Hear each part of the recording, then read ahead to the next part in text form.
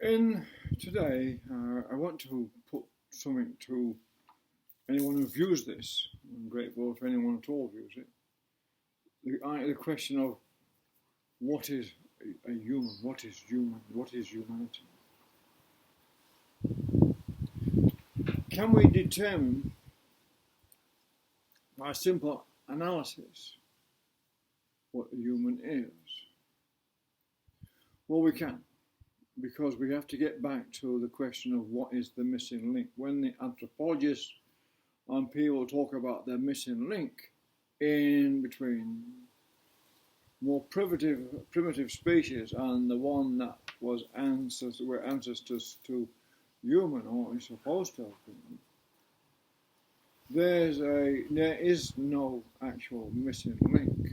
There is no skeletal form, if you like, that denotes that is the missing link. That is the one between the prior generation and the next generation. The missing link is a moment in time. A moment in time is when a species of primate, and then we're not all in trees and all of that with prehensile toes and all of that. That may be a bit of a myth because they haven't got the evidence yet. Because the world and geological world has changed so much, the seas have come and gone so much, there is no real way of knowing where the actual evidence is to discover the ancestors of man, or humanity. What is this? This missing link is a moment in time when some person picked up a spear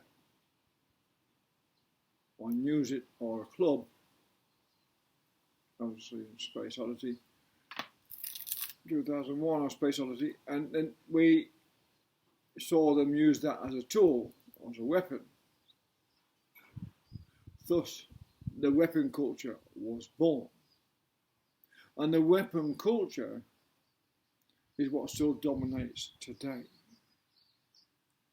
But what is it about the first step from not using tools at all, or chimps and that use some sort of tool sticks and get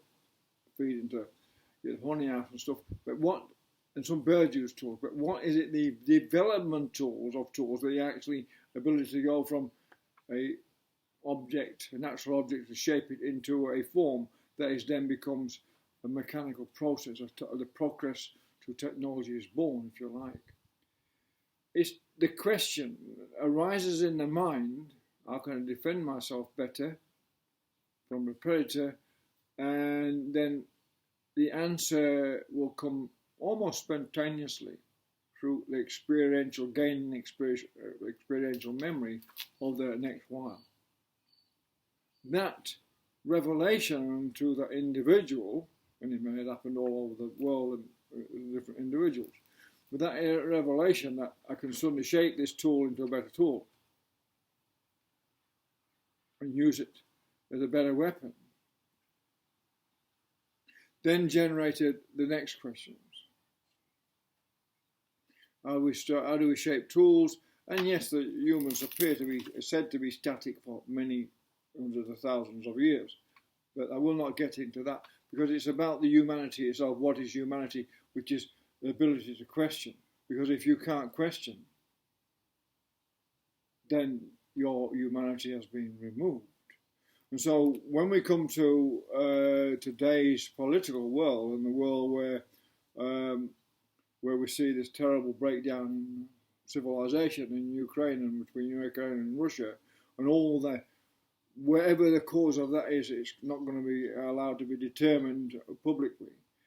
But all of that shows that humans have hardly progressed. There's a lot of humans, and no matter where they are in positions of leadership or whatever, in the way they deal with communication to gain a positive result for them means they're not questioning themselves in their actions, why they're doing it, without questioning ourselves why we do something. Well, really, we're neglecting our greatest obligation is towards ourselves, and our behaviour affects society. Because all the great leaders in the world, from all their great advances in technology, amazing that it is, all the different weapons they've created, for sonic weapons, electronic weapons, biological weapons, and nuclear weapons, and endless number of weapons, as yet, it seems to me, what's not evolved is the way to communicate in a cooperative manner, so you have a positive capital outcome that is also a positive social organic outcome. So there's a lack. Yes, people are using technology to gain more and more power, accrue more and more wealth, or control things towards their own ends. And unless we're allowed to question that, what are the social organic, the sustainable social organic parts of that, what sustains society or allows society to be involved in it, sustaining its own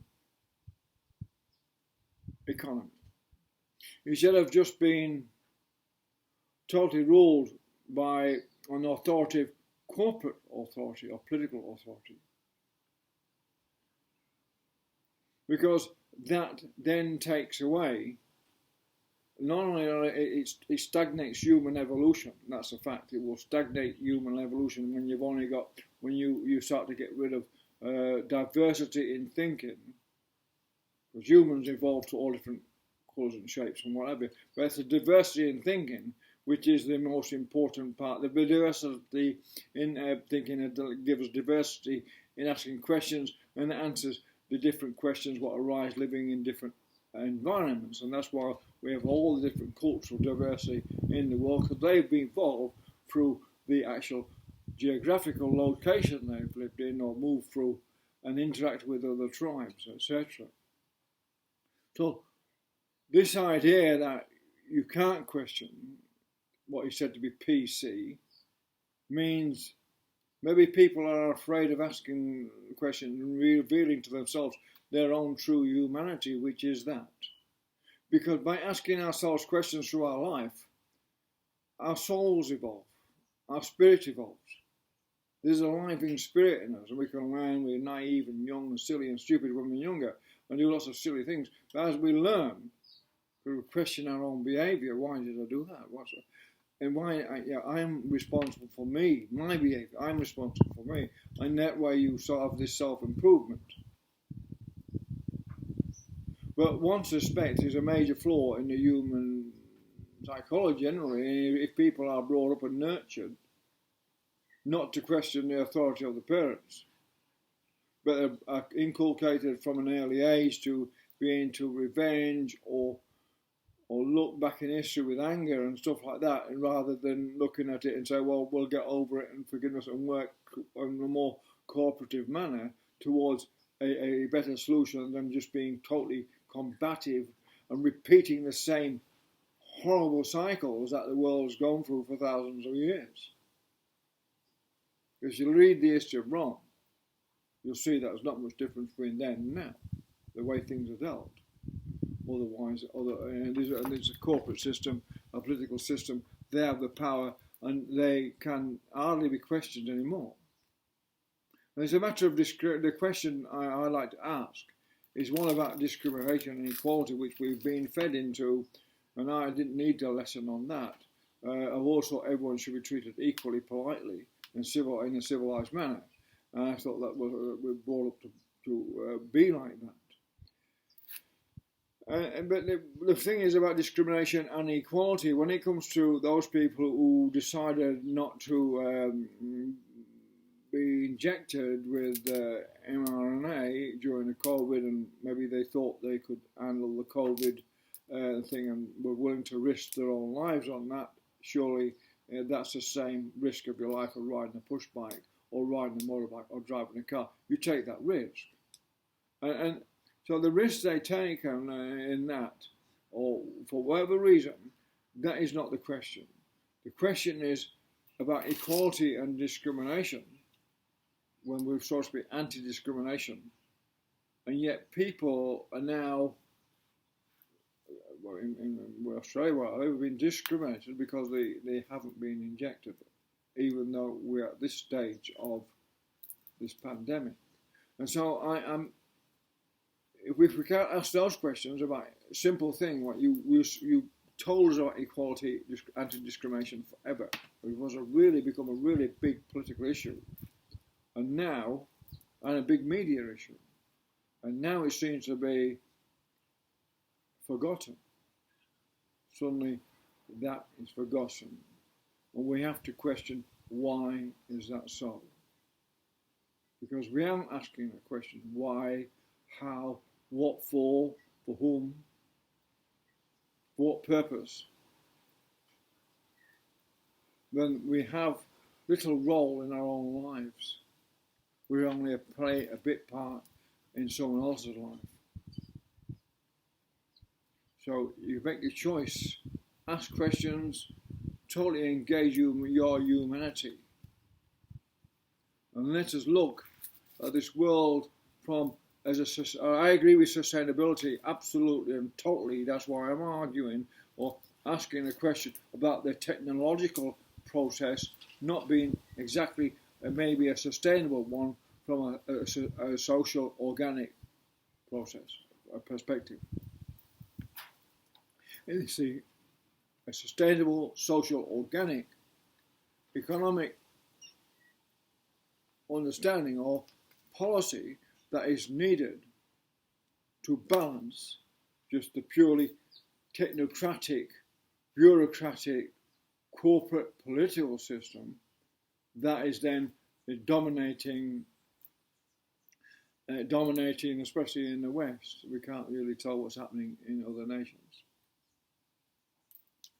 But it seems to me that many powerful leaders in the world haven't got the power to say, no, we don't want any more war. They've not got the ability to question their own understanding and morality about their own behaviour. And that brings a whole of them into question about why are they leaders in the first place, when they can only rely on weapons, force and coercion, and not gentle, intelligent persuasion into obligation behaviour about individuals looking after their own health, looking after their own well-being. There's an obligation to the self and to the planet, because that is more about sustainability than just technological process, which is just sustaining profits for corporations.